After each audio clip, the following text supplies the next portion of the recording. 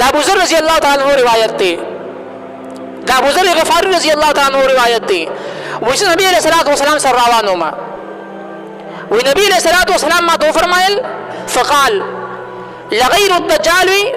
اخوفني على امتي قالها ثلاثا وی نبی علیہ الصلوۃ والسلام فرمایل چې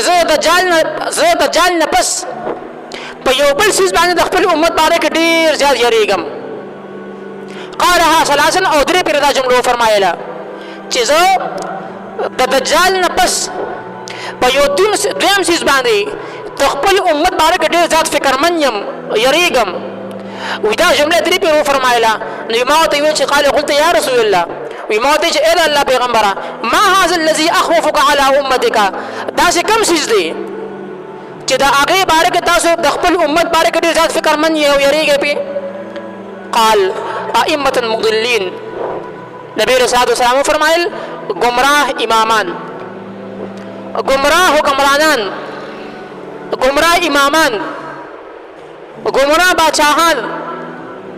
هغه خلق چې هغه به د خلکو امامت کوي هغه به د خلکو رهنما او پېشوا وي د خلکو رهبران به وي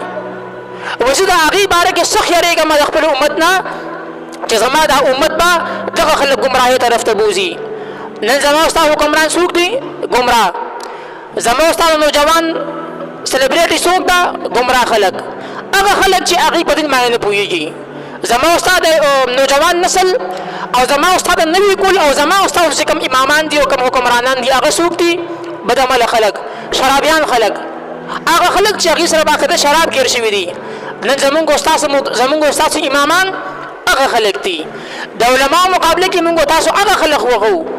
چې هغه د علماء سخت مخالفت کوي نو دا د نبی علیه الصلاۃ والسلام پیشنګوئی دي دا زمونږ استاد خبرې نه دي